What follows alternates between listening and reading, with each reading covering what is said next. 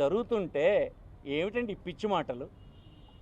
ఇది ఎవరైనా జడ్డోళ్ళు అనుకుంటారు ఈ రాష్ట్రంలో ఉన్నటువంటి పౌరులందరూ? మీరు చెప్తున్నటువంటి మాటలకు ఏమైనా అర్థం ఉందా? భూమి తీసుకోవడానికి జగన్మోహన్ రెడ్డి అంట ఇవన్నీ చేస్తున్నట్ట. చేతకాని దద్దమ్మలై ఏనాడు రైతులకు ప్రయోజనం ఇచ్చే పని ఒక్కటి చేపట్టలేక ఎంతసేపు రియల్ ఎస్టేట్ వ్యాపారం కోసం రాజధానిని తగలబడి 5 సంవత్సరాలు తగలబెట్టిన మీరు 5 సంవత్సరాలు నిరంతరం భూమి రైతులు వారి ప్రయోజనాలు అనేది దిశవైపు పనిచేసిన జగన్మోహన్ రెడ్డికి పొంతనా అని అడుగుతున్నాను. జగన్మోహన్ రెడ్డి భూమి తీసుకున్నాడా, భూమి హక్కుల్ని ప్రజలకు ఇచ్చినాడా ఒకసారి మీరు చూడండి. ఈ రాష్ట్రంలో స్వాతంత్రం వచ్చిన తర్వాత ఈ 75 సంవత్సరాల్లో పంపిణీ చేసినటువంటి భూమి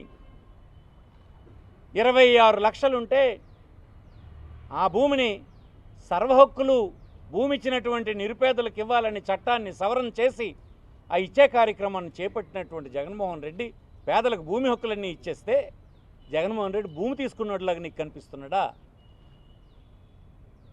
స్వాతంత్రం వచ్చి ఇప్పటి వరకు ఇల్లు కనీసం లేదని బాధపడుతున్నటువంటి పేదలకి 12,800 కోట్ల రూపాయలు ఖర్చు పెట్టి భూమి కొని 31 లక్షల మందికి హౌస్ సైట్స్ ఇచ్చినటువంటి గొప్ప నాయకుడు జగన్మోహన్ రెడ్డి అయితే అతను పేదల దగ్గర నుంచి భూమి తీసుకుని వచ్చినట్లు నీకు కనిపిస్తున్నాడా?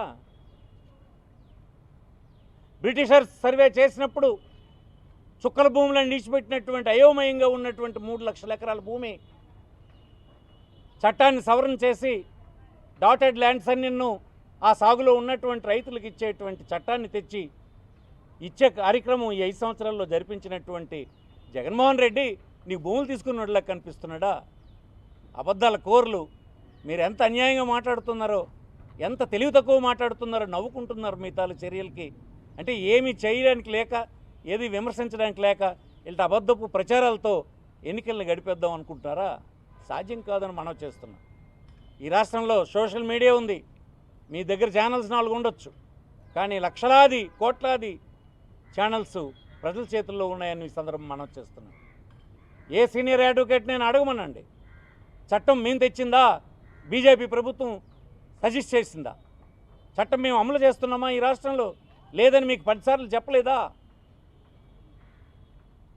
కోర్టులో కావాలంటే కోర్టులో కూడా ప్రభుత్వం తరఫున మా న్యాయవాదులు వివరించలేదా? దేశం అంతా కాన్సెస్ వచ్చిన తర్వాతే చేస్తామన్న మాట చెప్పలేదా? శివాయి జమాదార్ అనే భూములు ఉంటాయి. శివాయి జమాదార్ అంటే రాష్ట్రంలో ప్రజలకు చాలా తెలియకపోవచ్చు.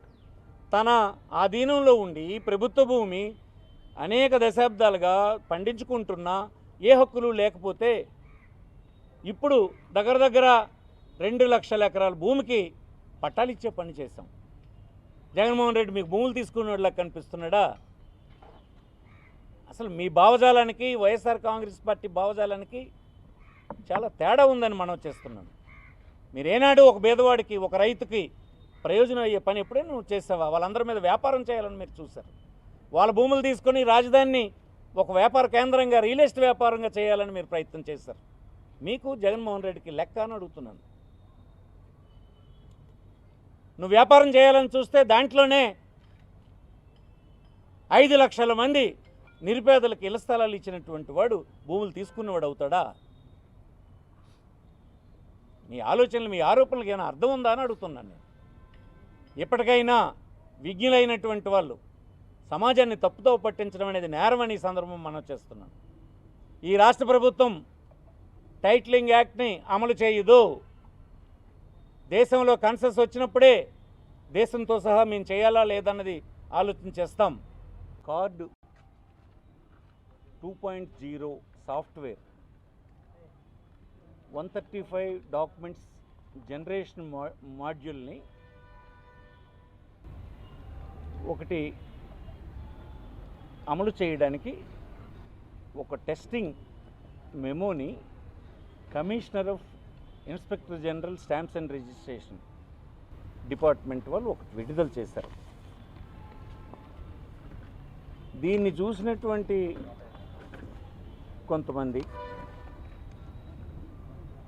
ఆతృతతో ఒక రాజకీయ పార్టీకి నష్టం కలిగించాలని, ముఖ్యంగా వైఎస్ఆర్ పార్టీకి నష్టం కలిగించాలని, తద్వారా తెలుగుదేశానికి ప్రయోజనం కలిగించాలని వారు ఇది అర్థం చేసుకోకుండా అర్థమైన అసత్యాలు ప్రచారం చేయడానికి తీవ్రమైనటువంటి పదాలను ఉపయోగించి పౌరుల్ని మోసం చేయడానికి ఈ ప్రభుత్వం తయారవుతుందన్నట్టుగా ప్రచారం చేశారు. నేను కొన్ని టీవీల్లో చూశాను, కొన్ని పేపర్లలో చూశాను. అయితే ఈ మెమోస్లు ఎందుకు ఇష్యూ చేసింది డిపార్ట్మెంటు?